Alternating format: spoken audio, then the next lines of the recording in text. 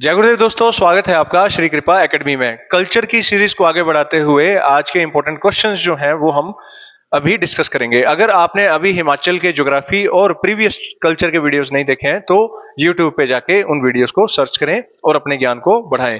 पहला क्वेश्चन है हमारा, which among of the flowing temple shows three style of temple architecture. कि इनमें से कौन सा मंदिर जो है तीन मंदिर शैलियों को दर्शाता है। ऑप्शन आपको दिखेंगे, चामुंडा देवी, अंबिका देवी, मां भीमा काली और ब्रजेश्वरी देवी।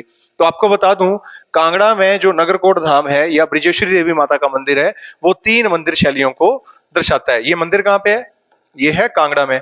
और यहां पे माता सती की लेफ्ट ब्रेस्ट गिरी थी। ठीक है। एक चीज और, यहां जो प्रश्न है कि तीन स्टाइल्स कौन से हैं टेंपल आर्किटेक्चर के, तो कभी आप मंदिर में जाओगे तो आप क्या देखोगे कि जो मंदिर है वो बना है कुछ ऐसा। ठीक है। आपको यहां पे तीन आर्किटेक्चर देखने को मिलेंगे।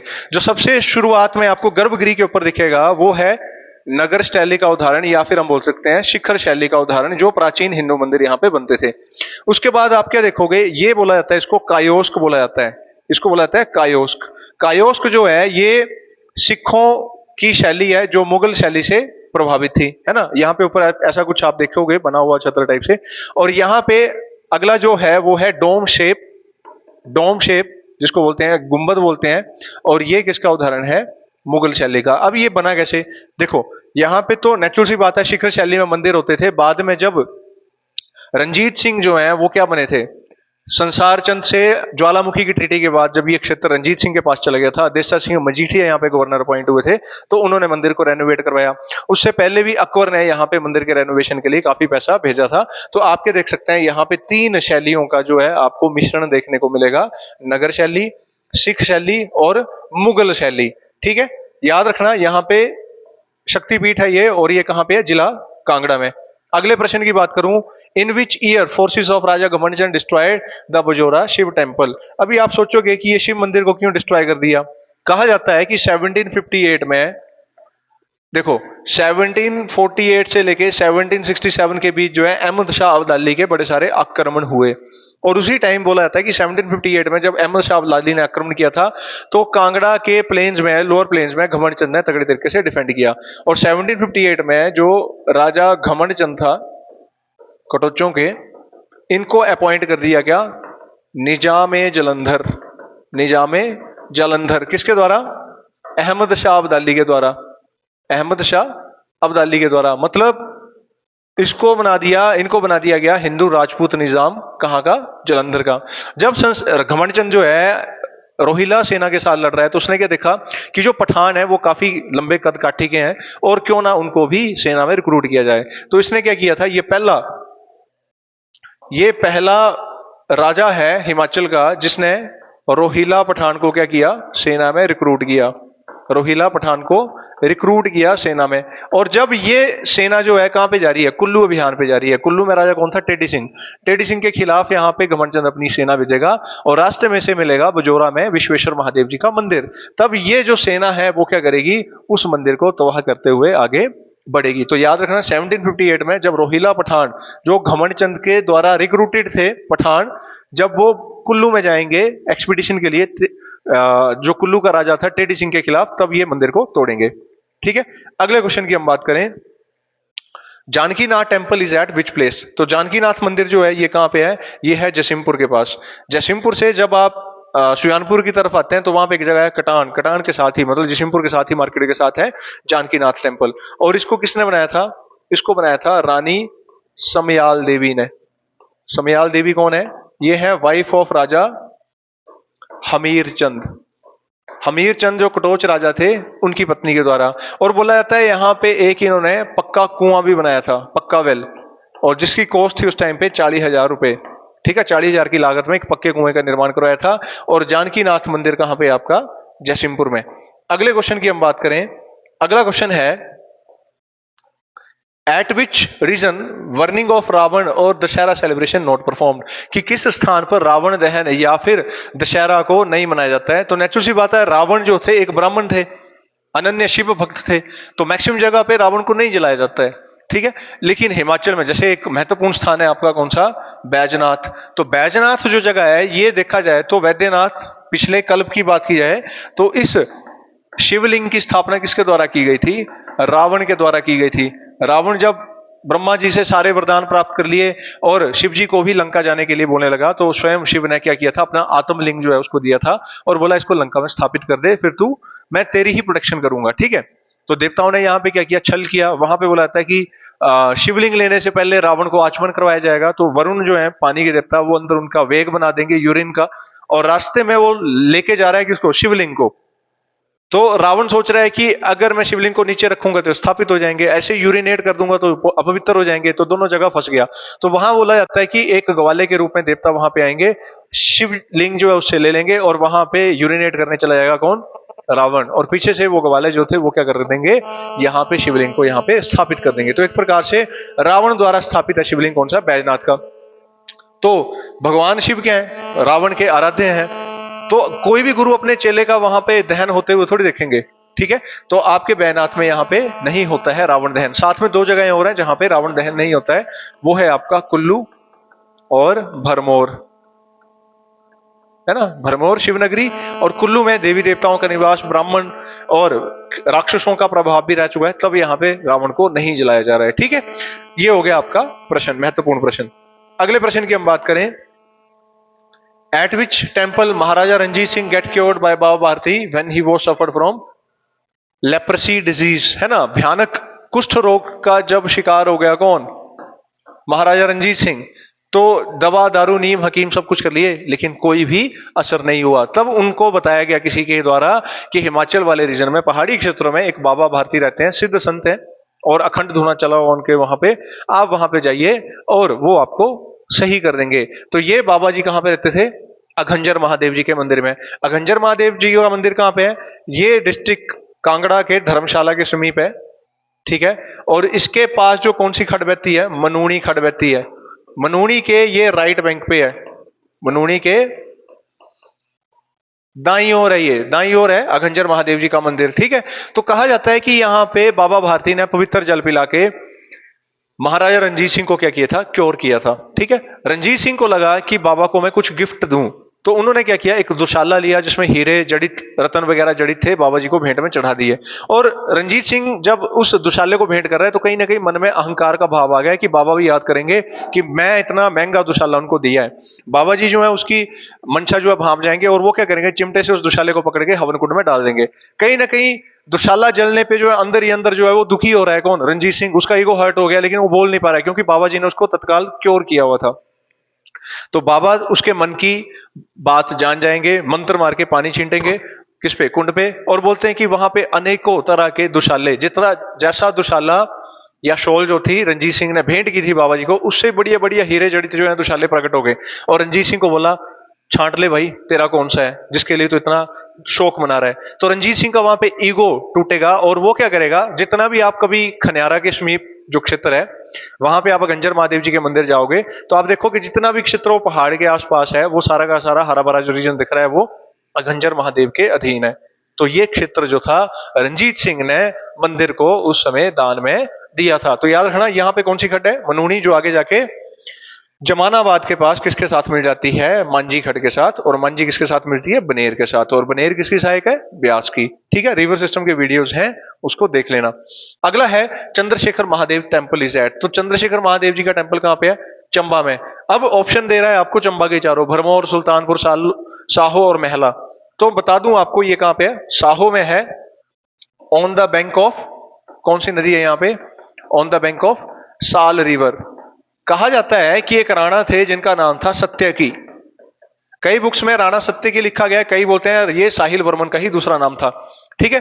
तो राणा सत्यकी ने अपनी पत्नी की याद में क्या मंदिर बनाया था, चंद्रशेखर महादेव जी का मंदिर। और जब अभी जन्माष्टमी से जो है आपकी क्या मणिमेश यात्रा शुरू हो जाएगी जो 15 दिन चलेगी, राधा अष्टमी के दिन जो है डल में शाही स्नान होगा।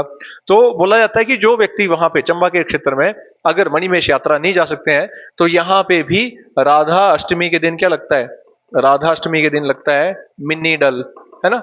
तो ये जो साल रिवर इसी में पानी का डक लग जाएगा, वहां पे गुर जो है उसको क्रॉस करेंगे और वहां पे शाही स्नान का आयोजन होता है। तो मिनी डल का आयोजन भी होता है कहाँ पे? राधा अष्टमी के दिन, है ना। राधा अष्टमी के दिन यहाँ पे, कहाँ पे? चंद्रशेखर महादेव जी के मंदिर। अगले प्रश्न की बात करूं, अगला प्रश्न है Pohlani Mata temple is at which place? Pohlani Mata ji का मंदिर कहां पे है? तो जैसे ना आप समझ लो ये कांगड़ा है, कांगड़ा से ये चला गया ज्वाला जी के लिए रास्ता। अब ये वाला जो रास्ता है बेसिकली चला गया कहां के लिए? पठानकोट के लिए। अभी इसी रास्ते से आपका चंबा के लिए रास्ता चला जाएगा, ठीक है। मतलब दो रास्ते चले जाएंगे, एक तो बाया भटियात होके जाएगा और एक आपका बाथरी होके जाएगा। जब आप पहुंचोगे डलहौजी, डलहौजी पहुंचोगे तो डलहौजी में क्या देखोगे आप? डलहौजी से ऊपर जाके दो रास्ते हो जाते हैं। एक जगह चली जाती है डैन कुंड के लिए और एक रास्ता चला जाएगा काला टोप वाइल्ड लाइफ सेंचुरी। और इसी की तलहटी पे नीचे जाके कौन सी स्टेशन मिलेगा आपको? खजियार। और ये रास्ता आगे जाके जो बसोदन पास से होके या चंबा जोत से होके चंबा के लिए जो रास्ता जा रहा है उस रास्ते में मिल जाएगा। तो पूछा जा रहा है कि पोहलानी माता का मंदिर कहां पे है? गोडेश दुर्गा का, काली है ना, उनका है ये मंदिर, प्रमुख मंदिर। तो ये कहां पे है? डैन कुंड के पास, ठीक है। तो याद रखना ये कहां पे है? डैन कुंड। और डैन कुंड कहां पे है? डलहौजी के समीप। एक और अच्छी चीज है यहाँ पे, जब कभी यहाँ पर अगर आपका जाने का मौका मिले तो आप क्या देखोगे यहाँ पे कि अगर मौसम साफ है ना बिल्कुल, तो आपको यहाँ से सारी धारें जो हिमाचल में पड़ते हैं वो सारी सामने दिख जाएंगी। जैसे आप यहाँ पे पोहलानी माता में खड़े हैं तो यहाँ पे आपको धौलाधार एंड होती हुई दिख जाएगी, पीठ पीछे जो है शिवालिक दिख जाएगी, नीचे आपको पीर पंजाल दिख जाएगी और सामने आपको ग्रेट हिमालय दिख जाएगी। और साथ ही यहाँ से आपको लेडी ऑफ कैलोंग भी दिख जाती है, ठीक है, इस पॉइंट से। तो बड़ी सारी चीजें हैं जो आपको यहाँ से विजिबल होने वाली हैं, कभी आप जाओ। अगला प्रश्न है आपका, temple of Lomesh Rishi is situated at? कि लोमेश ऋषि जी का मंदिर कहां पर स्थित है? लोमेश, लोमेश ऋषि को एक वरदान है कि एक कल्प बीतने पर क्या होगा? शरीर का एक बाल झड़ेगा। एक कल्प मतलब ऐसा मोटा आइडिया ले लो, चार युग बीत गए तो उसके बाद एक कल्प का, एक शरीर का बाल झड़ेगा और उसके बाद इनको बोला गया कि आपकी गति जो भी है आगे, है ना, पुण्य लोक मिलेंगे। तो देखा जाए तो ये अर्थ के शुरू से लेके एंड तक रहने वाले हैं। अब एंड तक रहने वाले हैं तो बोला जाता है कि ये टाइम टू टाइम जो है मेटामॉर्फ होते रहते हैं। जैसे हम बोलते हैं ना कि कैटरपिलर बदल के बटरफ्लाई बन जाती है, फिर दोबारा बटरफ्लाई कैटरपिलर बन जाता है ना। तो वैसे आप समझ लो कि ये भी क्या कर देते हैं? मेटामॉर्फ करते रहते हैं अपने शरीर को। जो ये नश्वर शरीर है या मतलब जो मरने वाला शरीर है हमारा, जलने वाला शरीर, इसको त्याग के आत्मा जो है नया शरीर धारण कर लेगी, पर वही विचरण करते रहेंगे, ठीक है। तो वो है लोमेश ऋषि। तो इनका जो मंदिर है वो कहां पे है? रिवाल्सर में। और बोला जाता है कि लोमेश ऋषि जो थे वो तंत्र के महान विशारद तांत्रिक, ठीक है। और यहां पे एक राजा था मंडी का जिसका नाम था अर्शधर। अर्शधर की बेटी का नाम था मंदरवा। तो कहा जाता है कि मंदरवा ऋषि लोमेश से चुपके से मिलने आ रही है और यहाँ पे तंत्र विद्या सीख रही है और प्रेम हो जाएगा और ये शादी भी कर लेंगे। जब अर्शधर को पता लगेगा तो लोमेश ऋषि को वहां पे बड़ी सी मचान बना के जला दिया जाएगा और बोलते कई दिनों तक वो चिता जलती रहेगी। अर्शधर भी सोच में पड़ जाएगा कि ऐसा क्या जला दिया मैंने कि अभी तक बुझ नहीं रहा है। पानी फेंक के जो है उसको बुझाया जाएगा चिता को, तो वो क्या देखेंगे? एक वहां पे बंद पड़ा हुआ कमल का फूल दिखेगा। जब वो खुलेगा तो देखेंगे बीच में 8 वर्ष की आयु का एक बालक बैठा हुआ है और उनको नाम दे दिया गया पद्म संभव। पद्म का मतलब ये होता है कमल, ठीक है। तो पद्म संभव क्या है? बुद्धिज्म के मेन गुरु हैं, गुरु पद्म संभव, जिनको वज्रयान का जन्मदाता कहा जाता है, ठीक है। तो बोला जाता है कि लोमेश ऋषि का ही वो रूप है पद्म संभव जी, ठीक है। अब यहां पे एक चीज और ध्यान में रखना कि जब ये जले थे तो वहां पे एक झील क्रिएट हो गई, बड़े सारे आइलैंड बन गए और उन आइलैंड पे कमल के फूल खिल गए। तो इसको झील को बोला गया था लेक विद फ्लोटिंग आइलैंड्स।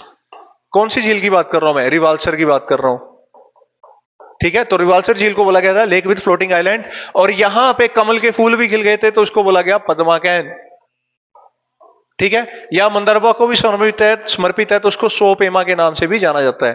तो अलग अलग नाम है झील के, अलग अलग क्षेत्र के नाम है। बस आपने इतना याद रखना है कि लोमेश ऋषि का मंदिर कहां पे है?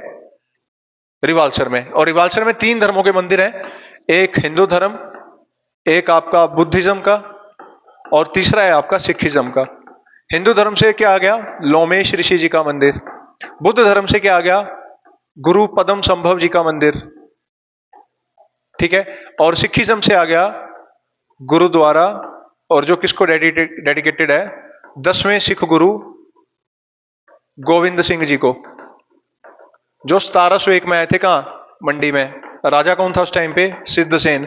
सिद्ध के सेन के टाइम आए थे यहाँ पे गुरु गोविंद सिंह। ठीक है, उसको कभी और किसी वीडियो में देखेंगे। अगला प्रश्न है आपका, Baba Balaknath is considered as incarnation of, कि बाबा बालकनाथ जी को किसका अवतार माना जाता है? गणेश, शिवजी, विष्णु या कार्तिकेय। ठीक है, तो बाबा बालकनाथ जो है उनको अवतार माना जाता है किसका? स्वामी कार्तिकेय जी का। स्वामी कार्तिकेय जी का अवतार है कौन? Baba Balaknath ji. Baba Balaknath is the incarnation of Swami Kartikeya. 84 सिद्ध जो थे, प्रमुख सिद्ध जो थे, उनमें से एक सिद्ध बाबा बालकनाथ जी। ठीक है, तो ऐसा बोला जाता है कि जब गणपति और कार्तिकेय के बीच क्या हुआ था? प्रतिस्पर्धा लगी थी कि सर्वश्रेष्ठ कौन है।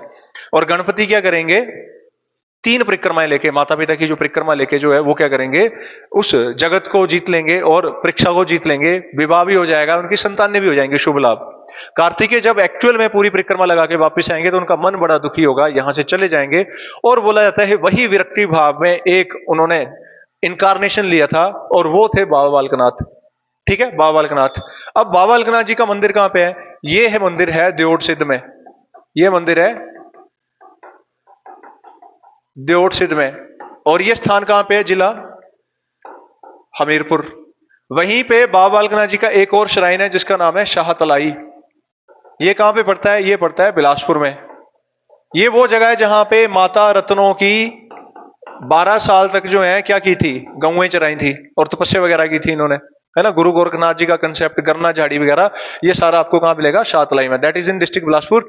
देओट Sidh is in district Hamirpur. और यहां पे मेला लगता है कब? चैत्र महीने में। चैत्र महीने का मतलब आ गया आपका मार्च से अप्रैल के बीच, जिस टाइम नवरात्रि रहते हैं। ठीक है, तो उस टाइम यहां पे मेला लगता है। लास्ट क्वेश्चन है हमारा, temple of Mrikula Devi built by Mrikula Devi. बड़ा ही इंपॉर्टेंट स्थान है ये। मृकुला देवी का जो स्थान है या मंदिर है, ये कहां पे है? उदयपुर में। और उदयपुर जो है ये कौन सा है? लाहौल स्पीति वाला, राजस्थान में चले जाना। ठीक है, मृकुला देवी। कहा जाता है कि जब महिषासुर का वध किया था माता ने, तो इसी स्थान पे किया था। महिषासुर का वध किया, खप्पर में रक्त रखा और इसी स्थान पे माता के मूर्ति के पीछे वो रक्त आज भी विराजमान है। ठीक है, मृकुला देवी। और बोला जाता है कि जब पांडव आए थे ना, पांडव आए थे तो भीम ने एक ही पेड़ की, इतना बड़ा पेड़ था कि एक ही पेड़ की लकड़ी से इस मंदिर का निर्माण किया। पर आप एक चीज देखोगे कि हिमाचल वाला रीजन हो गया, पहाड़ी क्षेत्र जो भी है वहां पे, या फिर वर्ल्ड में भी अनेकों ऐसी जगहें मिलेंगी जो पांडव के निर्माणों से संबंधित होंगी। पेपर में प्रश्न तो आएगा नहीं, ये तो इजी टास्क हो जाएगा। तो पेपर वाले क्या करते हैं? पांडवों को छोड़ के उसके बाद जो विवरण मिलता है किसी का भी कि किसने उस मंदिर का निर्माण किया, वो पेपर में क्वेश्चन आता है। तो ये आंसर है इसका रानी सूर्यमती। रानी सूर्यमती कौन है? ये थी कांगड़ा की प्रिंसेस और वाइफ थी किसकी? राजा अनंत ऑफ कश्मीर। कश्मीर का राजा था, उसने क्या किया था? इस प्रिंसेस के साथ विवाह किया था। उनकी इच्छा थी कि यहाँ पे मंदिर बनाया जाए। और ये वाला रीजन मैंने पहले बताया आपको, लाहौल वाला रीजन जो है मैक्सिमम टाइम आपका कश्मीर हो गया, लद्दाख हो गया, कुल्लू हो गया, चंबा हो गया, इसके अधीन रहता था। तो उस टाइम पे ये क्षेत्र किसके अधीन था? जम्मू के अधीन था, या लद्दाख के थ्रू उसके अधीन था। तो वहां पे रानी ने क्या किया था? इस मंदिर का निर्माण कराया, मृकुला देवी मंदिर उदयपुर में। और उदयपुर का पुराना नाम क्या था? मृगुल या मृकुल भी बोलते हैं इसको, या फिर मृकुल भी बोलते हैं।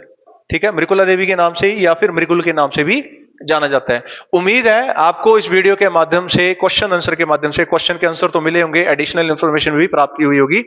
जुड़े रहिए श्री कृपा के साथ। जय गुरुदेव।